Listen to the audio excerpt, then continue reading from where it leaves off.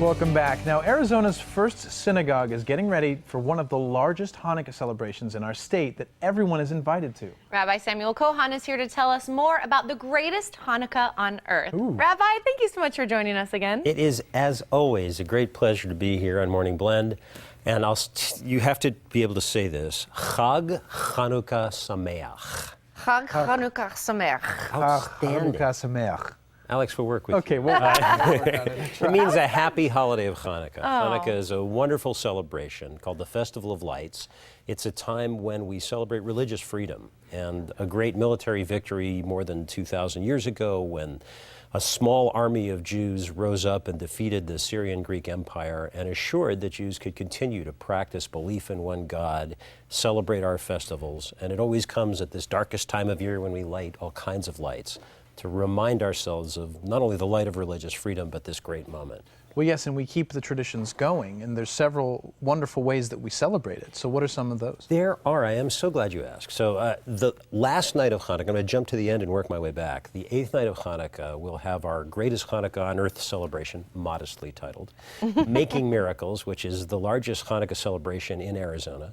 And we'll have, 600 or 700 of our closest friends. It's free, it's open to all. It starts at 4:30, lighting the giant Hanukkah menorah outside, and I'll talk more about menorahs in a moment. And then we go inside for music, dance, stories, songs, shtick, and then everybody lights menorahs together, and it's just a great way to celebrate Hanukkah, this festival of lights and freedom.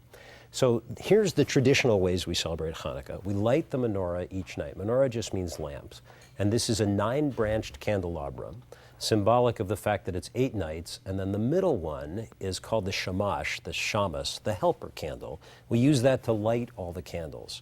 Part of it is that it's 8 nights of thanksgiving to God for our ability to practice and believe as we wish. And part of it is also based on the story of the great miracle that when the Maccabees, the Jews who fought the Syrian Greeks and won the war, cleansed the temple and they re-erected the great menorah that stood and lit sort of the inside of the temple in a beautiful way. They found only enough oil to last for 1 night, and miraculously it lasted for 8 nights until they could get more oil. So I love that story. It's a great story, and kids, cover your ears.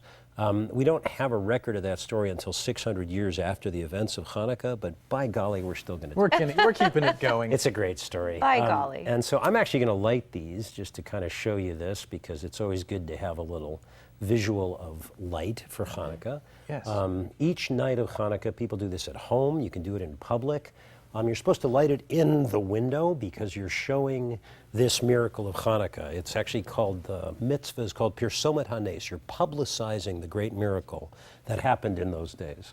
So we sing the blessings, and then I'm not sure these are glued in. I'll show you a little Hanukkah trick. Yeah. Oh, Special trick. If you melt the bottoms, then they don't fall out. There you go. Yeah, you melt them a little bit and they stick in there. Oh, We have a lot of firemen in our congregation. They insist on this practice.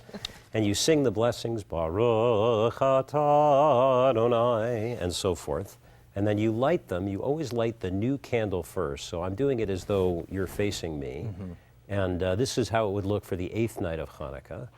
And then there's all kinds of songs that we sing celebrating the victory of the few over the many, the righteous over the wicked, those who worshiped one God over those who didn't.